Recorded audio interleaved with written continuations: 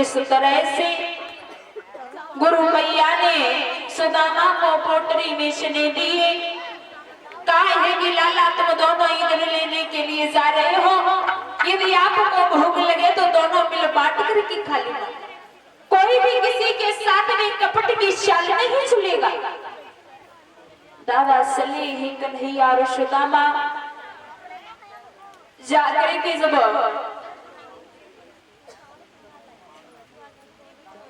पहुंचे ही तो इसी समय जंगल में पहुंचे तो सुदामा बड़े चालाक। सुदामा ने जवाब दियो कन्हैया तू तो ग्वाल गमार, तू तो पेड़ पे चढ़ना अच्छे से जाने और मैं काहे का ब्राह्मण का बेटा पेड़ पे चढ़ना नहीं जानते। तू एक काम करो जब वृक्ष पे चढ़ जा, तू लकड़ियों को तोड़ दे। दादा कन्हैया वृक्ष पे चढ़ गए, लकड़ियों को तोड़ने लगे। इधर सुदामा जो है वो लकड़ियों को एकांतरित कर रहे। महाराज माह का महीना, मूसलाधार बारिश हो रही है, पानी पे पानी गिर रहा। तो जब पानी पे पानी गिर रहा है तो सुदामा को दादा जब ठंड लगी है, साथ में भूख भी दबाव दे रही है, तो इसी समय सुदामा ने क्या किया, आर लगी रही बारी ठंडा और सुदामा को भूख लगती बारी।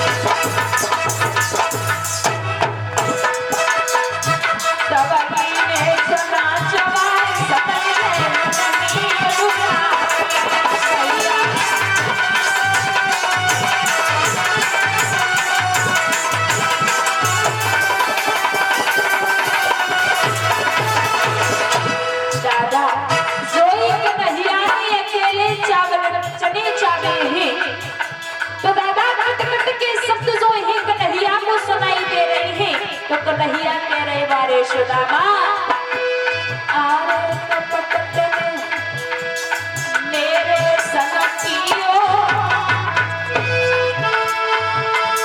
आरे कपट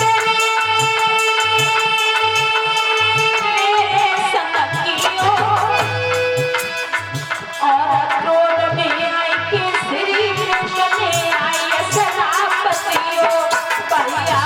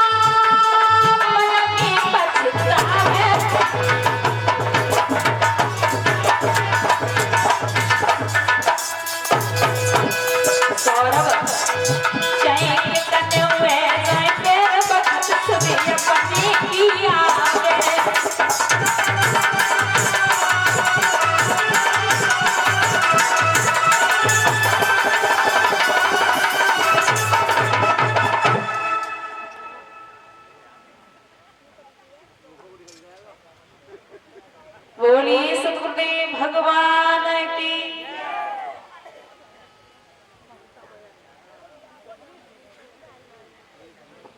इधर महाराज जैसे ही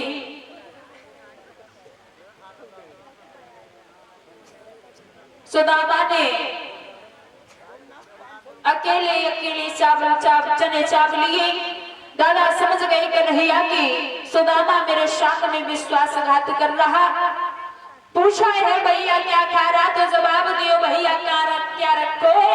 अरे तुझे नहीं मालूम माँ का महीना है, इतनी तेजी से कड़ाके की सर्दी पड़ रही, इस वजह से कटकट जैसी शब्द सुनाई दे रही, मेरे दांत कांप रही है, कुछ नहीं खा रहा। दादा तीनों लोगों को नाथ, बस कहां तक क्या छुपेगा। समझ गए कन्हैया, भगवान कन्हैया ने शाप दिया है कि और सुदामा तेने मेरे साथ में कपट की चाल चली है, जा मैं तुझे शाप देता हूं कि आज से तू दर बेदर भटकने लगेगा। जवाब दिया है कि तुझे इतना तो याद होना चाहिए कि गुरु संग कपट मित्र संग चोरी और के होए निर्धन के होए चोरी। तूने मेरे साथ में कपट की चाल चली है। दादा जो ये शाप दिया, अब तो सुदामा जो है वो दर बेदर भटकने लगे। दिन भर बेचारे द्वार द्वार दाता दाता चिल्लाते हैं, पर किसी रोज बोझी भर के आटा दाल न पाते हैं। यदि मठा मिला तो नमक नहीं, यदि नमक मिला तो मठा नहीं, तो घर मांगे 10 घर मांगे लोटे भर आटा मिला नहीं। बड़ी बुरी दशा है। मैया सुशीला ने देखा, समझ आ रही है स्वामी क्या बात है। जिस दिन से मेरा विवाह होकर के आया उस दिन से मैंने जिंदगी में कभी भी सुख प्राप्त नहीं किया, हमेशा मैं दुखों को ही भोगती आ रही हूं। तो इसी समय भगवान कन्हैया ने सारा हल समझाया। सुदामा समझ आ रही है मैया सुशीला को कि मेरा जो बचपन का मित्र है सुदामा, कहते हैं कि मेरा बचपन का मित्र है, उसने मुझे शाप दिया है, कहा है कि सुदामा मैं तुझे शाप देता हूँ कि आज तूने मेरे साथ में कपट की चाल चली है, तो आज से तेरे बेदर भटकने लगे। भैया सुशीला बोली ना आपने कपट की चाल चली वो तो हमें पता है, लेकिन आप कहते कि कन्हैया ने शाप दिया, मुझे इतना यकीन है कि तुम कन्हैया के यहाँ जाओगे तो कन्हैया कुछ ना कुछ अवश्य दे देगा, चले जाओ। सुदामा कह रहे कैसी बातें कर रही है भामनी, तो कहती है कि कन्हैया के पास में चले जाओ, मेरे पास में तो थोड़ा भी कुछ नहीं है जो भेंट के लिए ले जाए, बिना भेंट के लिए हम वहां पर जा नहीं सकते। मैया बोली नाथ चले जाओ ना। बार बार मैया ने समझाया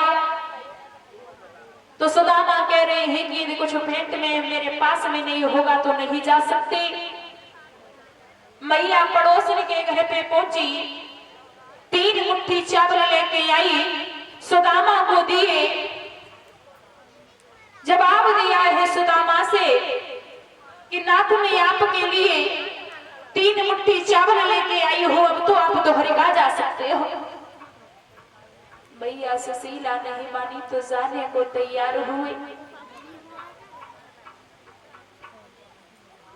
जब जाने को तैयार हुए समझ आ रही, बार बार कह रहे हैं कि भामिनी तुझे इतना तो पता होना चाहिए, कहा वो मेरे बचपन का मित्र है, उसे खुद ये देखना चाहिए था कि ये मेरा मित्र है तो इसे शाप ना दे, उसने खुद जानबूझ के शाप दिया है और अब तू कहती है कि चले जाइए कुछ दे देंगे। हमें तो ये लगता है कि वो कुछ भी नहीं देंगे, क्यों पागल बनी है।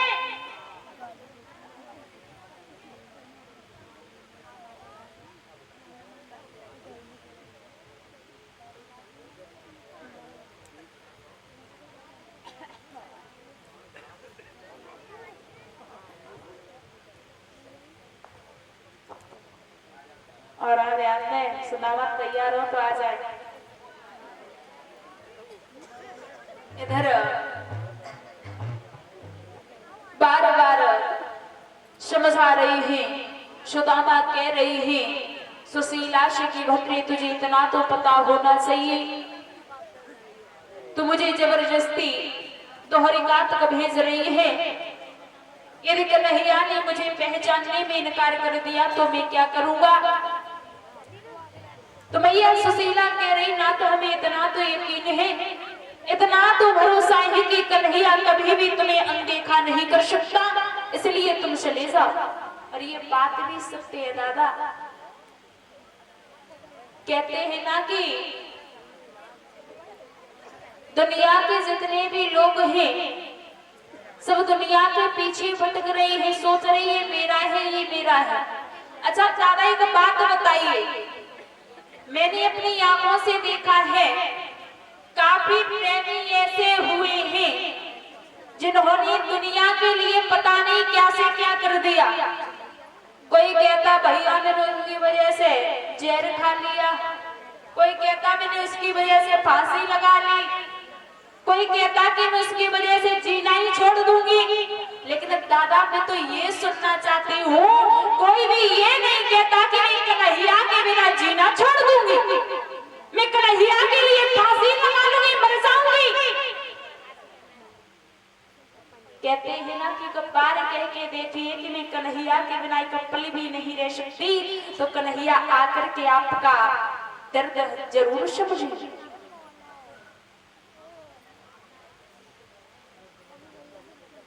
कहते हैं यदि किसी का भी नशा करना है तो सिर्फ और सिर्फ श्याम नाम का नशा करके देखिए कितना आनंद आता है। लेकिन दुनिया के लोग पता नहीं कहां से कहां तक पहुंच गए, कुछ समझ ही नहीं आता है। कभी कभी मैं भी सोचती हूँ कि पता नहीं दुनिया कितनी अजीब होती जा रही है।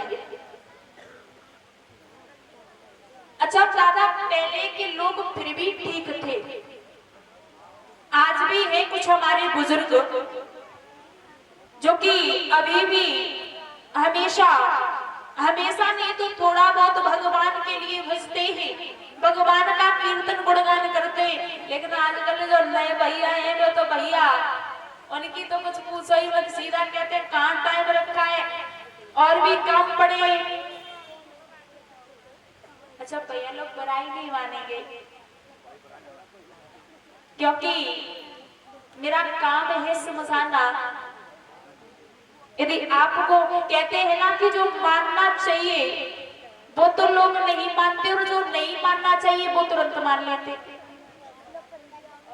कोई ये कह दे कि भैया ये काम मत करना तो जरूर करेंगे, और कोई ये कह दे कि भैया ये काम करना तो नहीं करेंगे।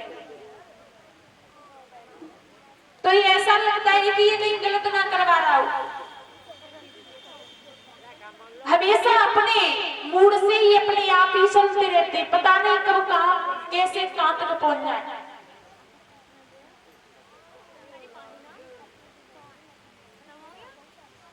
इधर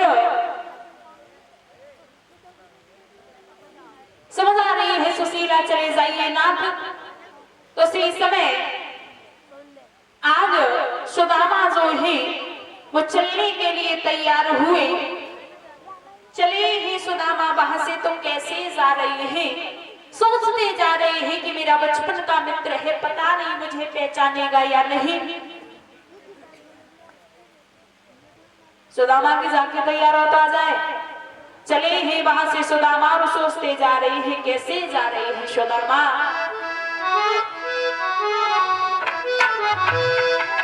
सुदामा